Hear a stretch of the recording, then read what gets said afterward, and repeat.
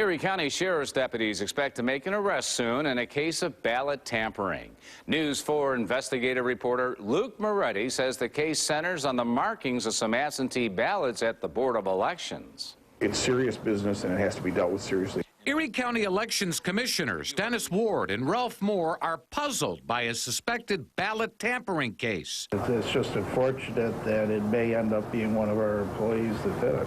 The commissioners tell me that so far 11 absentee ballots were discovered in Lackawanna and that each one was already marked for Republican Erie County Executive Chris Collins. They were marked on the Republican line. There was also a ballot which was marked on the Conservative line, and a majority of the ballots were marked on the Independence line. The ballots that we saw were pretty clearly marked with blue ink. Both commissioners here at the Board of Elections did their own internal investigation, and when things didn't quite add up, they decided to turn it over to the sheriff's office. It was really a process of eliminate to make sure it wasn't a mistake or we didn't feel that it was test ballots, sample ballots, anything like that. And once you start to eliminate them, then you're left with there seems to be only one conclusion then, and that is that it had to be one of the, 20 or 22 employees that were generally involved in the process that day over a 6 or 8 hour period. The sheriff's office released a statement saying investigators have narrowed down a small list of suspects,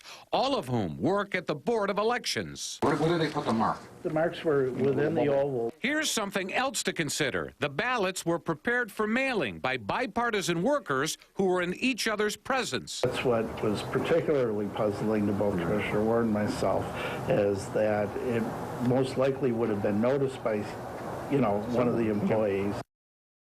Now, Under Sheriff Mark Whipperman says so far there's no evidence suggesting that County Executive Chris Collins or candidate Mark Poloncarz had anything to do with the suspected ballot tampering.